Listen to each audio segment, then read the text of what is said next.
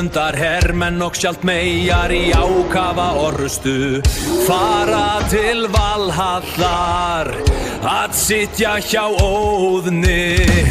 Þór dreymir að berjast við menn í orrustu til að lifa fullkomlega og svá og vera fluttur af valkyrjum.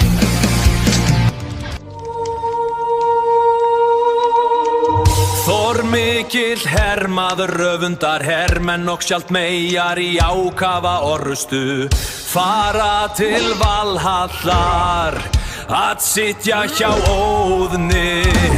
Þór dreymir að berjast við menn í orrustu til að lifa fullkomlega og svá og vera fluttur af valkyrjum.